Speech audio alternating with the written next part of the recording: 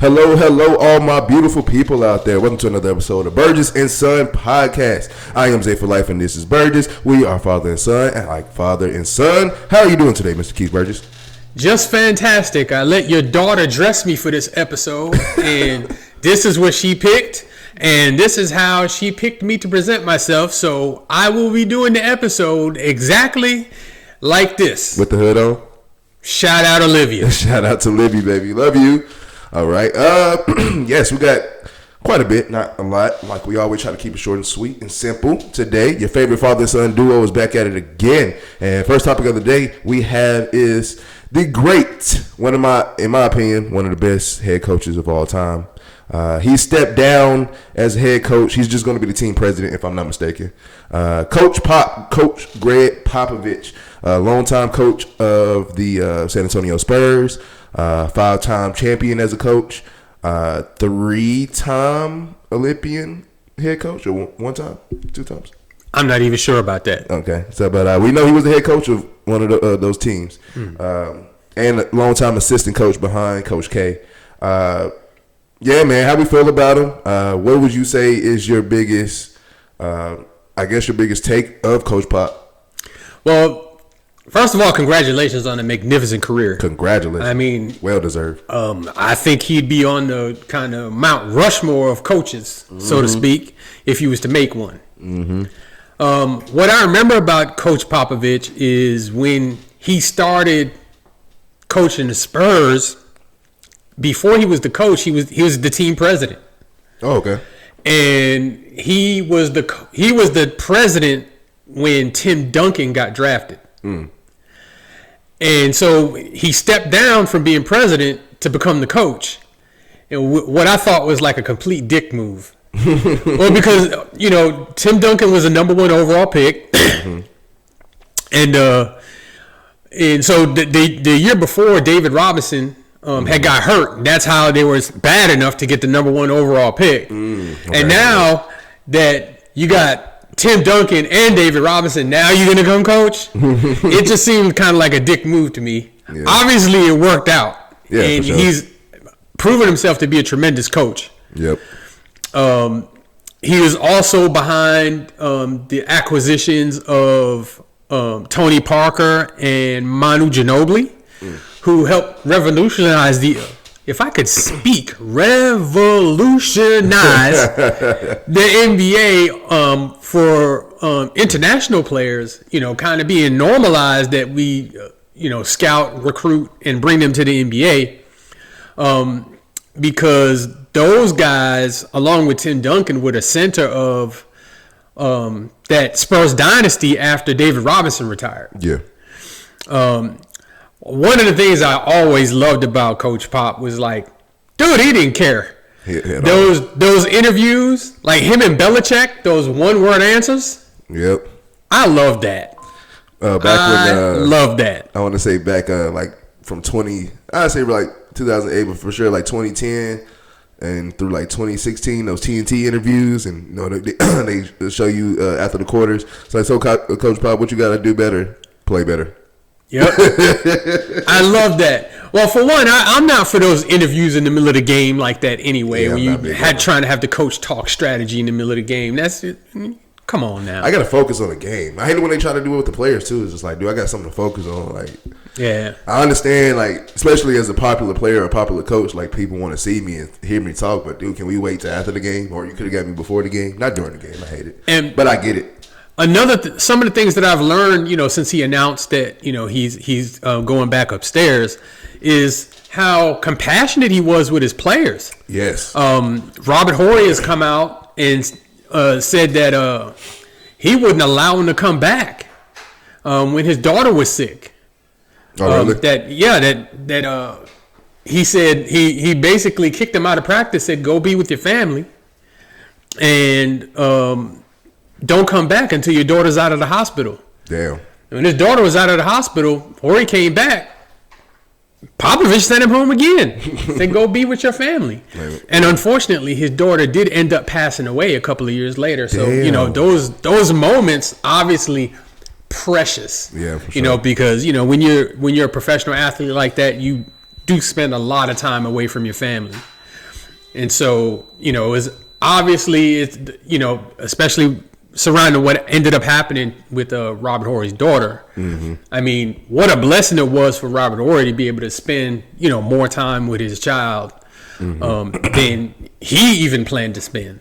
Mm-hmm. There are other players who have come out and said something similar, and they all say the same thing. It's like, Pop would never want me to tell you guys this. Yeah. So, the most recent one I got is DeMar DeRozan. He talked about his father. I think it was his father that passed away. Yep. And then Coach Pop just out of nowhere just came to his doorstep, talked for him, like cried with him for 2 hours. Yep. And he's like, he don't want nobody to know because he don't want to take credit for it. I was like, dang, man, that's crazy though. So yeah, I do believe, and I do feel like Coach Pop is an icon to basketball. He is. He is very much loved by everybody. People that he from Team USA to just the college guys he met with to people who he actually coached, they speak highly praise of him. And then if you just see him the way he acts, you'll think he's an asshole. Yep. But no, he's one of the best guys in the world. Yep. And, I feel like me being born in 95 and he started coaching in 98, 99, something like that. Yeah. I've been really looking at Coach Pop my whole life. I feel like Coach Pop was my coach. I feel like he was coaching me. Like the stuff he said and the stuff he did, I'm watching, I'm learning. I learned basketball by watching those Spurs teams. Like they play the right way. He makes sure that you play the right way. He don't care who you are, superstar or not. It's him. Like you gonna respect me. And man, again, congratulations to you, Coach Pop. Man, I always looked up to Coach Pop. Definitely know he don't know us or know me at all, but I know you, sir, and I respect you and I honor you a lot. And congratulations on a hell of a career. Definitely give your flowers while you're still here with us right now. Basketball world is going to be different without you coaching in it, and especially when you really step away from the whole game, it's definitely going to be changing. But congratulations, it is what it is. We love you, Pop. Keeping on basketball, you know what? I don't even want to talk about this, but your Knicks are putting belt to ass on the Celtics right now. It's beautiful to watch. Oh my God, man. We are shooting ourselves out of this damn series right now. Like 18 for 72 for the first two games. Like, I don't know.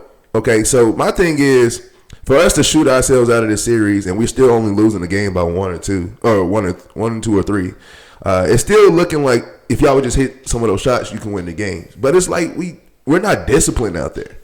I get it. We shoot a lot of threes and we can shoot and make those threes. Jason Tatum, you are 6'10" and 240. I want to say 230 at least. You are a big man. Get your ass in the paint and dominate. Jaylen Brown, you are a big man. Go in the paint and dominate. Luke Cornett, you are really a big man. Just stand there. They're short. The time that they switched off and Jalen Brunson is guarding Jason Tatum, I'm just like, Jason Tatum, take him to the post. I know now Jalen Brunson is strong. That's a strong little motherfucker. I'm not gonna lie. But man, take him to the paint. Come on, man. So mad, frustrated. Yes, I am. Want to talk about it? No. Look who's smiling at the side of me. Yes, you already know. I don't even know why I wore this Spider-Man. He's from New York. Fuck Spider-Man. Damn, this is Spider-Man's catching strays? Spider-Man catching strays. Anyway, Boston Celtics, you keep doing exactly what it is that you're doing. Do not listen to him. I hate it. You guys have already won a championship. You guys know how this goes. Just keep shooting. Keep shooting them threes. You do it. Oh, my God. But seriously, though, even though the Celtics have played badly, at least, to close the games out because they've had 20-point leads in both the games in Boston before actually losing, the Knicks actually haven't really played great either. Yeah. So, it's not like Jalen Brunson is absolutely murdering them. He's not. But we're making key plays down the stretch, and the Celtics are not. Yeah. So when the game gets tight, seems like the Knicks are the ones with the experience, and the Celtics are the new kids on the block. Jalen Brunson is fucking lethal. I don't know how that happened. I'm grateful. I hope to God it continues.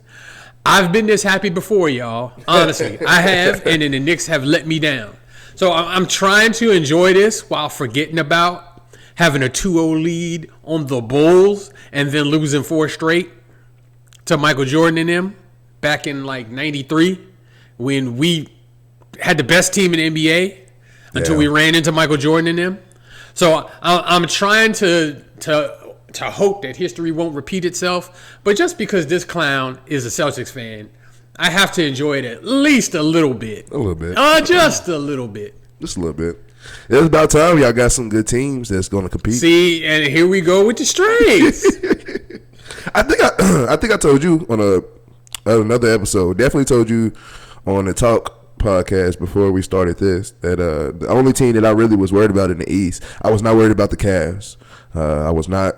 I was like, the Pacers can give us another good run for our money, but I don't.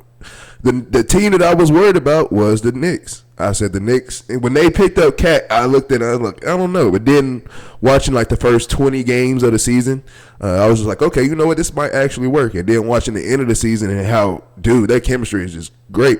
Now, a lot of people underestimated the Knicks and overlooked, especially this series, because the Celtics did beat the Knicks all 4 times in the regular season. So I see how it's kind of easy to fall into that trap of like, well, yeah, they beat them. They couldn't beat them in the regular season, so they definitely can't beat them in the playoffs. And it's very easy to fall into that trap, but like that's why it's called a trap. You fell right into it because I knew the Knicks was going to give everybody a run for their money. I definitely said they was going to give the Celtics a run for their money. Am I surprised that the Knicks are doing this? I'm not. But am I surprised, though, we are down 0-2 and we could have won one of those games at home? I am shocked about that. Could have won, should have won. Should have won. Both of them, actually. Yeah. So, but you know what? I will say this. The Celtics have been in this kind of predicament before, and they've come out of it. So, I mean, the series is not over until somebody wins 4 games. Yep. But I don't think anybody saw this coming. No. The most rabid Knicks fan could not have anticipated us going to Boston and winning twice. Yep. In the last seconds. So, again, I'm going to enjoy it while it lasts. My deepest fear is that it doesn't last and that next week he's on here clowning. But, so. For now. All right, so Knicks wins this series, you're going to see, given another month on the show, we both have a Knicks jersey on. Bob. Uh-huh. And I got the Knicks short, so I can match. Keeping up with basketball. You, sir, are a guru. I'm a freaking prophet. I'm a freaking prophet. You are a fortune teller. Hey, Aaron Gordon did it again. Again. I told you fools. Again. I told you fools that's the second best player on the Nuggets. I told you he's better than Jamal Murray. And he did it again. Hit the game-winning 3 to send that game to overtime last night. Yep. And then in overtime, the Nuggets just overwhelmed OKC. Just overwhelmed them. Jesus Christ. Shea did not look like Shea in that overtime. He did not want to go in overtime. I don't think any of them did. And so, dude, Aaron Gordon did it again. He is.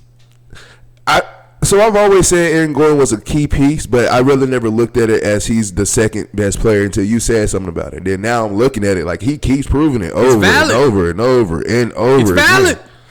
Shoot, the game-winning dunk versus the Clippers. The game-winning 3 in Game 1 versus the OKC, and now the game-tying 3 versus OKC in Game 3 last night. Oh, took all the wind out of their sails too. You could see the body language when that shot went through. Man, yeah, I just knew that game was over. I was like, if OKC lets this get into overtime, they're already beat. Yep. I was like, they need to hit a miracle shot. Was it about 4 or 5 seconds left? So they had a chance actually to win the game, but. They didn't even get a shot up, right? Didn't even get a chance to. But I'm telling you, Aaron Gordon is that dude. Y'all gonna have to start putting some respect on his name now. For real. He's definitely somebody that we're looking at all season. And I know certain other players are going to be looking to get paid, and other players are going to be looking for a better role in the team. So I definitely will reevaluate saying who's our two best players that we got to absolute keep. And I would definitely say Aaron Gordon is one of those players. They can't let him go now. They can't. They cannot. Now him and Nikola Jokic are probably the best. That's the best front court duo in the NBA. Got to be, got to be. So I definitely give them their flowers with that. I hope you don't mind, Mr. Keith. I want to squeeze something in right second for this episode. Shifting over to football. Did you see George Pickens trade to the Cowboys? I did see that. George Pickens got traded from the Steelers to the Cowboys for, I don't know what the Steelers got for him. I think they got a third-round pick, and then they swapped like 6th and 7th round picks, something like that. Okay. Happy for George Pickens for a new start with an established quarterback. Yes, I think Dak Prescott is an established quarterback in the NFL. Top 10 for sure. But he's definitely going to somewhere where he's going to be used. Definitely needs to be used because CeeDee Lamb can't really do it by himself anymore. So you bring a weapon in there. I'm happy for George Pickens for the fresh start. But I'm looking at the Steelers like, okay, now what's going on? Because I was happy to see DK Metcalf and George Pickens together. I just wanted to know who was the quarterback going to be.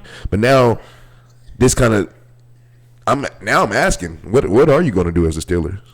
I got no clue. I mean, they still don't have the quarterback straightened out At all. So, I mean, I have no clue. They didn't address it at all during the draft.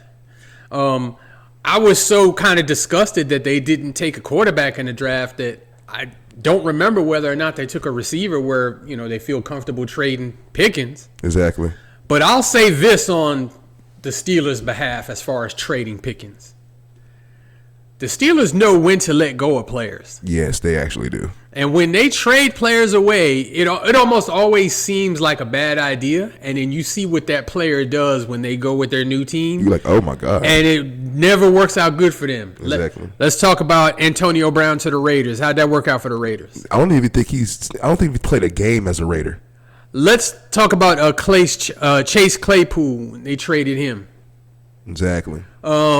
There's who else did they so he got traded, but the only reason that it played out for him because he played for the Chiefs, Juju Smith-Schuster. But he didn't even go. Did he go straight to the Chiefs from the Steelers? I believe he did. I'm not 100%. I don't think he was even traded. I think he was a free agent. Oh, was he? Okay. But like when they decide to get rid of somebody, there's a real good reason for it. Yep. And as great as they are at drafting these wide receivers, they know when to get rid of them. Mm-hmm. And if Pickens was causing a problem in Pittsburgh, generally a Leopard's not going to change his spots, and he's going to cause problems in Dallas. And they got a brand new head coach that I question his ability to handle divas, period. So we're going to see CeeDee Lamb is already a diva. Mm-hmm. I don't know that CeeDee Lamb would see George Pickens as a threat. I don't think he would. I don't think he does. Yeah, I mean, but George Pickens, I don't think he's coming in there saying, CeeDee's the man. I'm just going to be over here, just ready to pick up slack. No, I think he's going to want to be the dude. Yeah. And that's going to cause problems, and I'm all for that because forget the Cowboys. I don't care nothing about the Cowboys. I hope they lose every game. Oh, God. Especially the 2 games against the Washington Redskins. I can't stand the Cowboys. I hate them. So I would say this. One thing that I think that would I just throw out a wonky, not serious scenario that will never happen, but it's just fun to talk about. Steelers need a quarterback. You had a chance to draft Shador, but you didn't. Now you trade George Pickens and you need a receiver. I say let's make up some bullshit. Let's make up a wonky trade. I can see Steelers going to Cleveland and getting Shador and Jerry Jeudy from Cleveland. And put them on the Steelers. You got to trade some. You got to get some good trade. Well, not really, because Jerry Jeudy got a big contract, but his trade value is kind of low. I feel like. He just came off a Pro Bowl. I don't think his trade value is low. I mean, you're not going to get a first-round pick for him or anything like that. Yeah, that's what I'm saying. But, I mean, the Steelers might need to consider doing something along them lines. Yeah. Maybe that's in their plan. Maybe. I don't know because their plan doesn't at least for the way it's playing out right now, is not making sense. It's not. So you had two quarterbacks who were definitely worthy starters in the NFL, in Russell Wilson and Justin Fields. And you you let them both walk. Both. And then you don't address the quarterback position prior to the draft. You don't address the quarterback position in the draft. Mm-hmm. Then you do make a trade for DK Metcalf. Mm-hmm. You pay him a boatload of money. Mm-hmm. But then you trade away his opposite in George Pickens. And I don't know what they're doing. Didn't they let the running back go too? Yeah, he's Najee Harris. Just saw that yesterday. He's with the Chargers. I did not know that. So I'm having trouble trying to follow what it is that they're trying to do. They're doing something that they're not telling. Of course, they're not going to tell us, but there's something that's behind the scenes that is going to come out later, and we're going to be like, "Wow, that was what y'all was doing this whole time." It better, because right now they're looking like they're having the worst offseason in the NFL right now. And I mean, unless they're punting this season, to say, hey, let's stock up on draft picks or whatever else, cap room, whatever else for, the following season after the season. I don't understand what it is they're doing. The only reason I say they're not going to tank this year is because they still have a stellar defense. You still got T.J. Watt, he's at the end of his prime, but he's still good enough that you can consider him Defensive Player of the Year. You still got Cam Hayward. You still got all those cats that's in the linebacker room and that's in the secondary. All right, the defense is good. I'll definitely. But that's what I'm saying. I don't say that they were going to tank. As currently constructed with the roster as we know it right now, are they a playoff team? No. Hell no. That's what I'm saying. Hell no. So I don't know what they're going to do. I mean, what quarterback is available? I guess, they've been flirting with Aaron Rodgers. I guess, that can still happen. Kirk Cousins. Do you believe in Kirk Cousins? Kirk Cousins is under contract. Are you really going to you would have to make a trade with the Falcons for that to happen. Are you really going to give up assets for Kirk Cousins, who got benched last year, and you got to pay Kirk Cousins $40 million?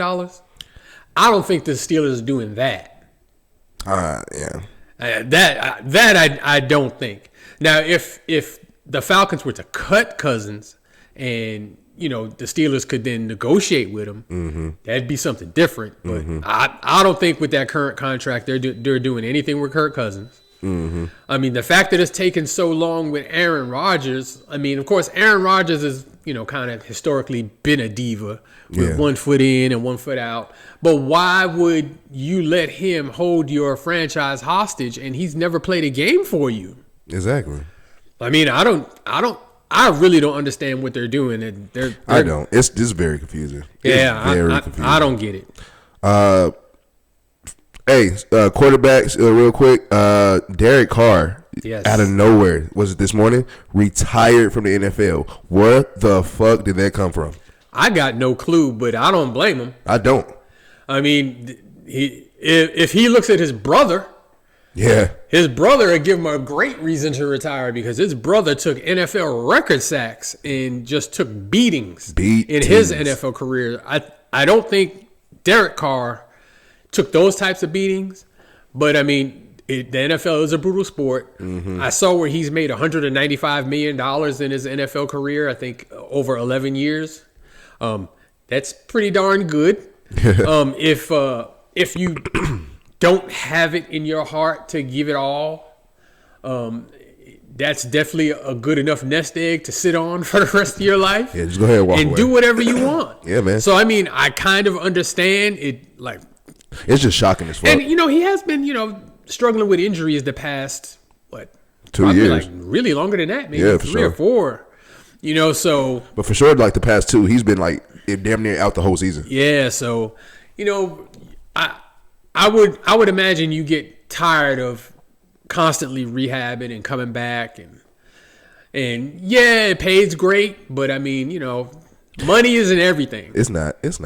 You got to spend time with your kids, your family. You need to be here and be physically healthy to spend time with your kids and your wife and mom, dad, or whoever it is. brothers and sisters. So I get what you mean. And the Saints ain't going anywhere. They're not. And bro. so like to me, I'm putting them kind of in the same boat as the Steelers. Like, what is their plan? You should have drafted Shador. Seriously, I don't. Well, you know, they did draft that cat out of Louisville, Tyler, or Slow, whatever. So obviously I hope he plays out. Well, obviously they believe in him to some degree to spend a second round pick. That's a pretty high pick to take. Yeah, to take a quarterback. And it's not outside the realm of possibility that he could be good because Jalen Hurts was a second round pick. Yeah, that's your reigning Super Bowl MVP. Yep. So, you know, if they saw something that nobody else saw and they believe that they can develop them and they do, great. Yeah. But I don't see it, dude. Yeah. I don't see it. I don't see it in the quarterback, and I surely don't see it in the organization. The organization has painted themselves into an absolute corner with the salary cap, where they just can't make any moves. They're still suffering from, keeping Drew Brees all that time, which I don't blame them, and trying to, make the team a contender while they still had Brees. Yeah, they were so close. They're still paying for that. They are. And, at some point, you're going to have to rebuild. So maybe this is a positive first step for them. Yeah. In that regard. But they still got good players. I still don't understand the long-term plan with them. And they've got so many old players. Yeah, but they got some good players. That's why I'm still like, what are y'all going to do? Because I don't want to just say you in rebuild mode, but you got good players that it's not rebuild. You still got Cam Jordan and Kamara and all them cats. Cam Jordan's like 36. I know, but he's still. There's even more of a reason why you need to go get Super Bowl ready. Like, he's Super Bowl ready. Like, y'all. You can't get Super Bowl ready if you don't have cap space. I know. You don't have cap space. You draft. But that's what I'm saying. Not just the Saints. Go somewhere else. But you draft terrible. Yeah. You make bad decisions. So, you got a coaching carousel over there, after Sean Payton decided to leave. Mm-hmm. So, I mean, they seem kind of directionless. Yeah. And, that might have a factor with Derek Carr, too. Like, why am I going to go out there and risk all this? And, like, our roster is in no position to compete. Mm-hmm. So. At least Derek Carr retired now, what were we in May, and not game 3 of the preseason. Like, he does give the organization a chance to to redirect the ship. Like somebody I knew in Indianapolis about 10 plus years ago. That's still shocking. All right. Y'all already know what time it is. Best segment in the world, soon to be known to the world as the best segment in the world. Way Back Wonders. If you are new here, Way Back Wonders is when the OG tells the young buck stories and stories on top of stories about athletes from the past and maybe I just never heard of, or I might heard of. I just wasn't, I was just young and I wasn't paying attention. All right, so Mr. Keith, Way Back Wonder, who do we have today?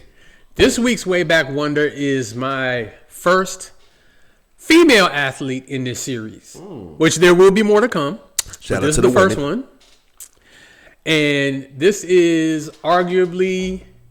Well, you can't say arguably when she's the fastest woman ever recorded in human history. Damn. She's the greatest female sprinter that's ever lived, and if you haven't figured that out already, it's Florence Griffith Joyner. Okay. The late, great Florence Griffith Joyner. I can't even speak today. Flojo. Anywho, she is the record holder for the women's 100 meter and 200 meter dash. Oh, damn. So if I was to kind of make a synopsis of her track and field career, even though it wasn't as long as Usain Bolt's, she's the female Usain Bolt. Okay, damn. So absolute dominant sprinter. Her world record in the 100 meters, I believe, is 10.46 seconds. Damn.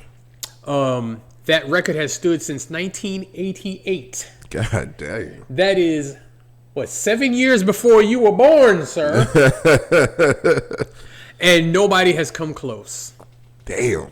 Nobody has come close. I think there was a wind-aided run. I think a German lady ran like a 10.55. That's the closest. That's the closest. And but she was just something to watch. So it wasn't just her great speed, her great athletic ability. Mm-hmm. She had, personality. She had charisma. A lot of the things that you see a lot of these young female athletes doing today were actually inspired by Florence. Well, we'll call her FloJo because I can't say Florence Griffith Joyner for some reason. But they were inspired by FloJo. So you see Angel Reese wearing the tights with one leg, and one leg is bare. Mm-hmm. She did that. Okay. She did that first. So she popularized that. The long nails, running with the makeup, and the weave flowing, and all of that stuff. She was the first one to come out and do all of that. FloJo's out here lit. Yeah, and she just intimidated her competition. Like every time she walked out on a track, she just kind of looked around like, which one of y'all is coming second? And then she would go and execute it. And her 200-meter world record, I think, is 21.34 seconds. Also set in 1988 at the Olympics. So 1988, she was just... I mean, that was her peak. That was her prime. That was just a different animal there. Yeah, and again, that record has stood for that long. Damn. So what's that, 37 years? That's incredible that a track and field record can stand that long. Jesus Christ. That's unbelievable. That's somebody's whole existence. It was more than yours. Yeah, for sure. Hey, in 1988, I was 17 years old. So, she was an absolute phenomenal athlete. She was one of the first female athletes to really transition into being, kind of a global icon, mm-hmm. and, doing the commercials and endorsements and that kind of thing. The public appearances, that kind of stuff, after she retired. Unfortunately, she did pass away at only 38 years old. Damn. Due to a severe epileptic seizure. Damn, for real? Yeah. Damn. So she died kind of unexpectedly. I think she was only 38 when she died. So it was a big shock to the world, but she did absolutely leave her mark before she passed away in a lot more ways than one. Absolutely, when I was a kid, one of my favorite female athletes. And she wasn't too bad to look at either.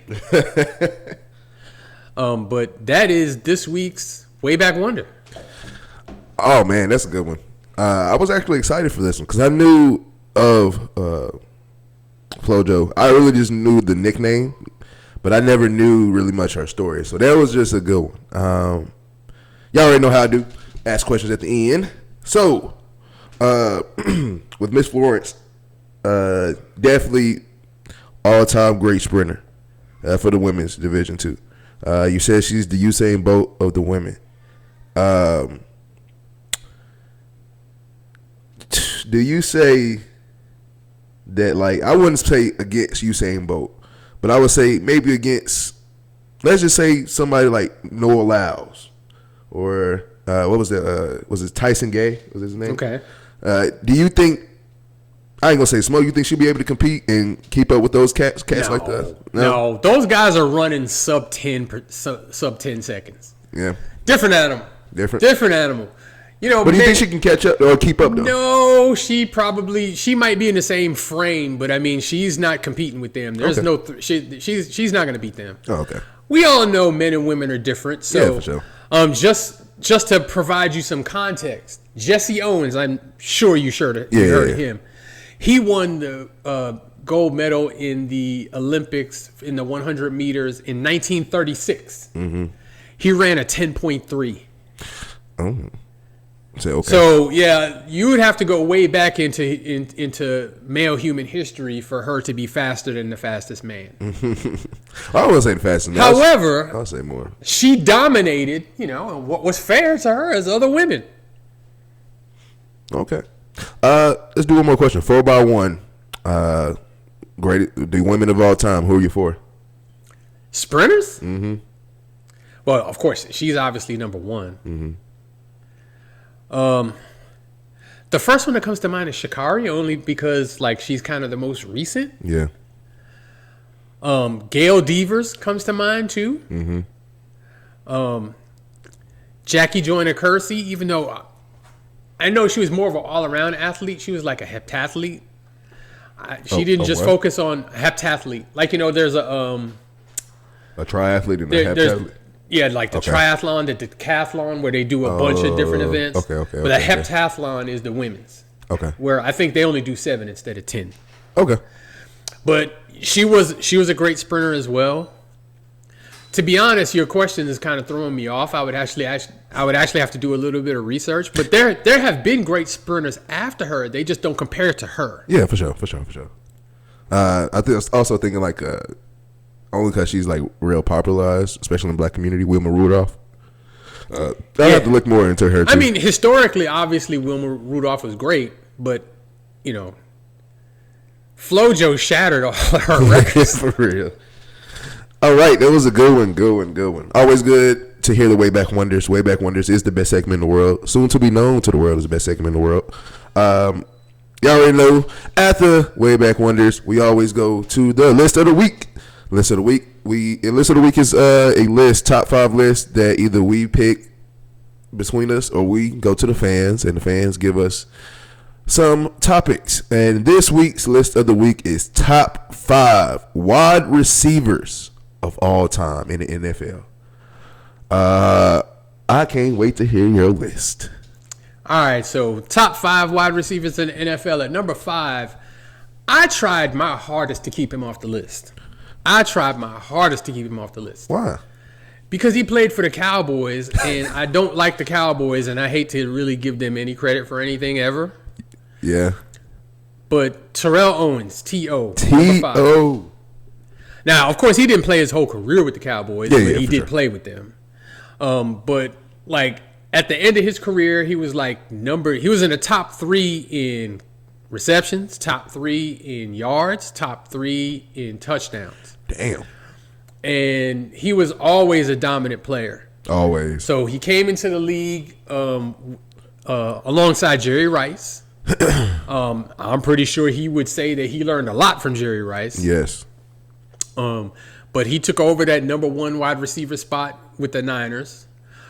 He did have his diva issues. He's kind of the poster child for diva wide receivers. I mean, that's my quarterback. Yeah. But I mean, he was absolutely spectacular. Big, physical, fast. He definitely didn't lack self-confidence. We know that. Oh my God. His one, and I wouldn't necessarily call it a weakness, is kind of magnified because people don't like him, including me. But you know, he had the dropsy sometimes. Yeah. But as far as being able to run every route, he can do that. Break tackles, break away from people, and run away from people, catch in tight, catch in traffic, go up and high point the ball too. There weren't too many better than Terrell Owens, and as much as I dislike him, even though I don't dislike him for the reason most people don't. Yeah. But I just dislike him because the Cowboys thing. If he never played for the Cowboys, he'd probably be one of my favorites. He played for 2 of your rivals, Cowboys and the Eagles.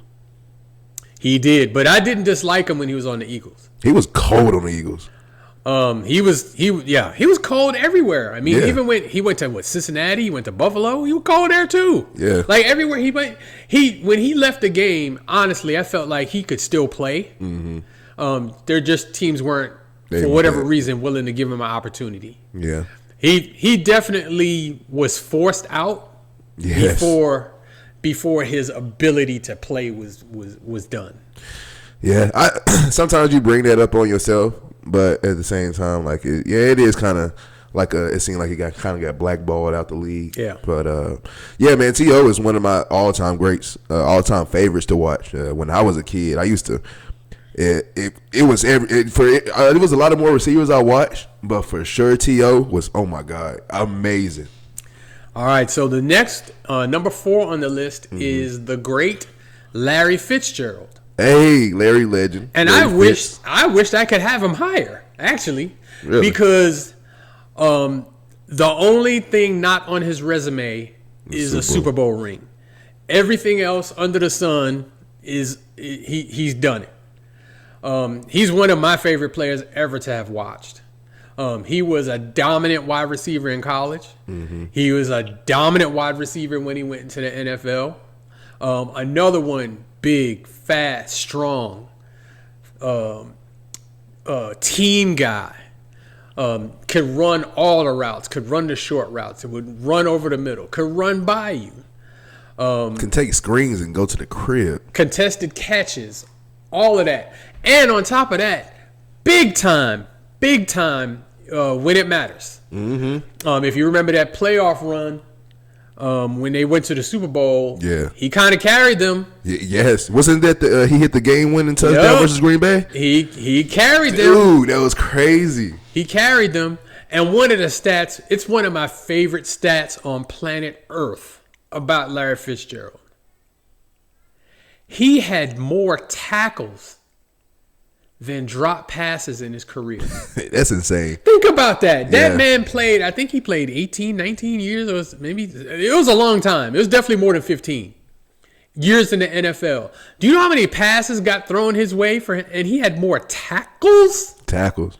First of all, the quarterbacks you playing with just throwing picks, not even that. Like, you are tackling these people as they're running, and you have more You're a wide receiver that has more tackles than you do drops. It's crazy. If there's ever a stat that tells you how great a player is, that is the one. That is the stat. And if you ask me, he should get in the Hall of Fame on that alone. I don't even care about the rest of the stats, but he's like number 2 across the board on everything. Like number 2 in catches, number 2 in yards.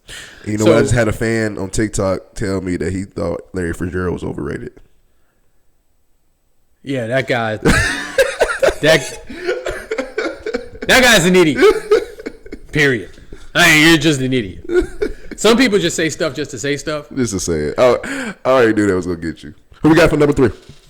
Number 3, I'm going way back. This is somebody I know you haven't heard of. Okay. Because I've actually barely heard of him, and I had to do some research. Of course, you know, on my regular Facebook page, I do, research and, make posts about, players that have passed all the time. Yeah.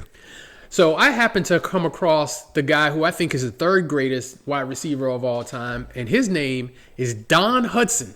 Okay. He played for the Packers like in the 40s and 50s. Mm-hmm. Now, back then, it was 3 yards in a cloud of dust. Mm-hmm. It was all running game all the time. All the time. Quarterbacks hardly ever threw, and wide receivers were basically extra blockers a lot of the time. The routes you see today, crossing routes, slants, out routes, post routes, all of these routes that you see, the route tree, invented by him, by Don Hutson. Now, invented as far as on the field? As far as on the field and being utilized during games. Okay. So, and of course, he played both ways because back then that's what they did. So he was also a defensive back. That's crazy. But we're just going to talk about him as a wide receiver. That's wild. Yeah. So, when a great player does something and he's the first player to do X, Y, Z, and he's the first player to do X, Y, Z. Mm-hmm. Don Hutson was like the first wide receiver to do anything in the NFL. I mean, his numbers at the time were just ungodly. Like, nobody was doing this. Yeah. 1,000-yard seasons. Keep in mind that back when he was playing, they only played 12 games. Damn. So 1,000-yard season is a hell of an accomplishment. Hell, especially when you're only throwing the ball 15 times a game. Yeah. So there's some receivers now with 17 games that's struggling to get to 1,000. Struggling to get to 900. Yeah, struggling to get to 500. So, but like he revolutionized the game, and so I guess if you go measurable for measurable, he don't measure up with the TOs and the Larry Fitzgeralds of the world and stuff like that. But he absolutely revolutionized the position to where wide receivers actually got utilized down the field in the passing game. He was extremely fast, caught everything that was thrown his way.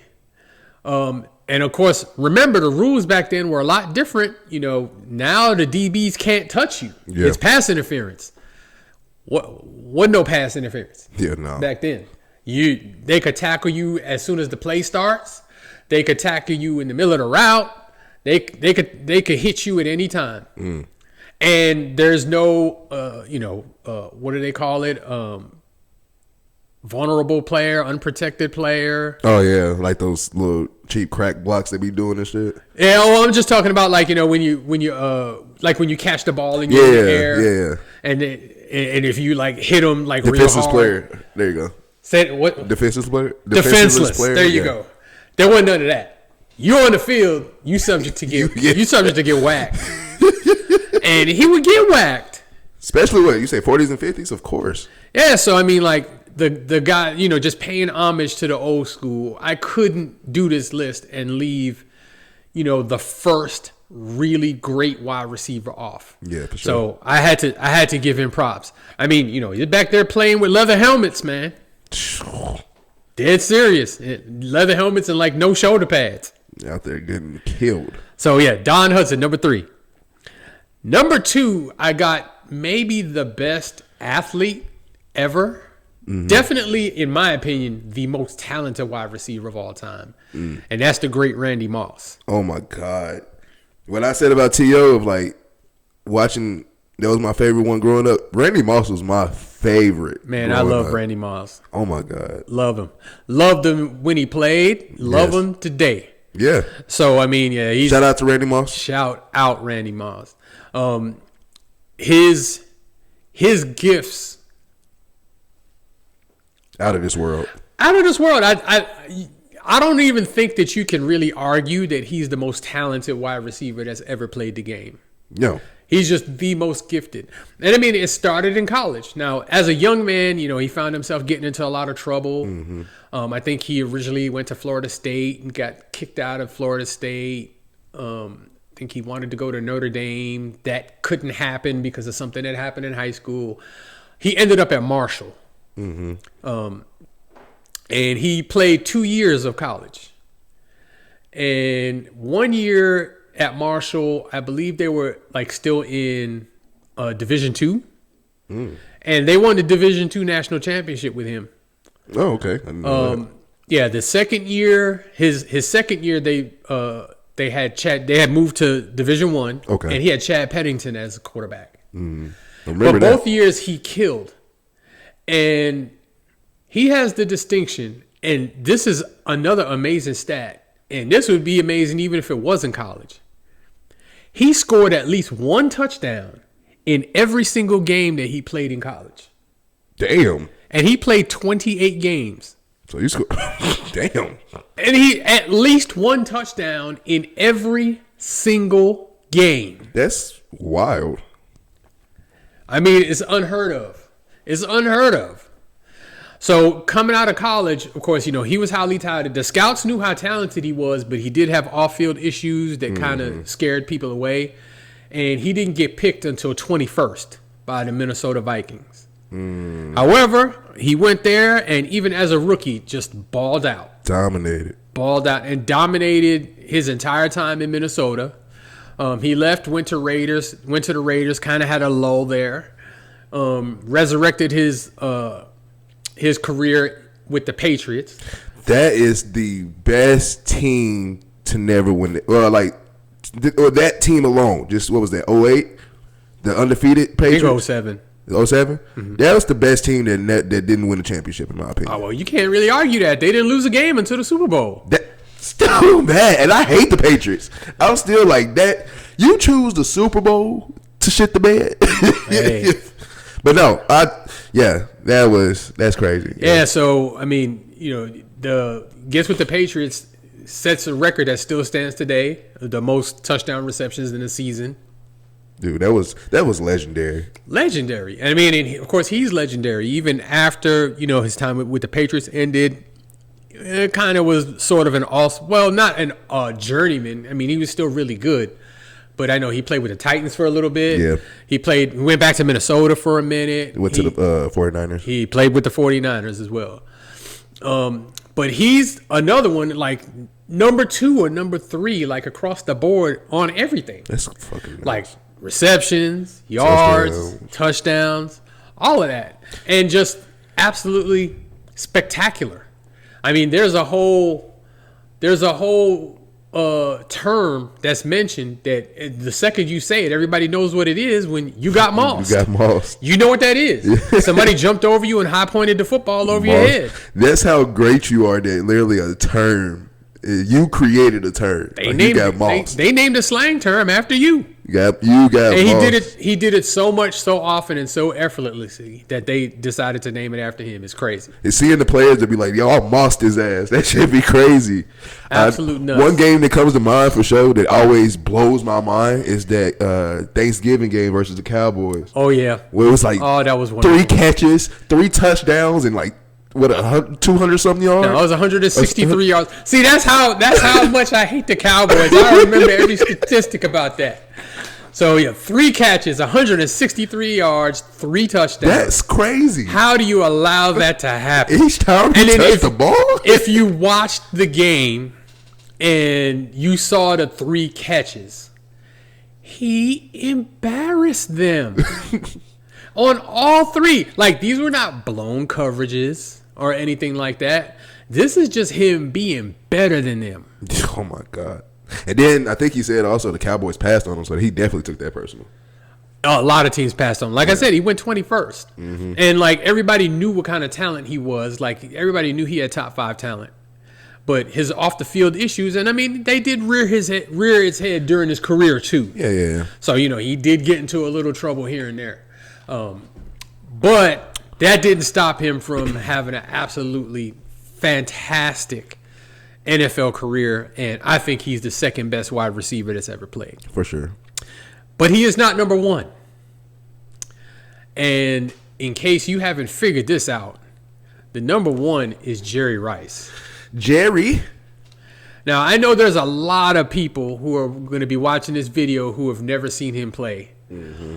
And you can criticize Jerry Rice about him playing on a great team and playing with Joe Montana and Steve Young and yada, yada, yada, yada, yada. That man has records that are not going to ever be touched. Ever. Period. He's got the most receptions all time by a lot. Nobody's touching it.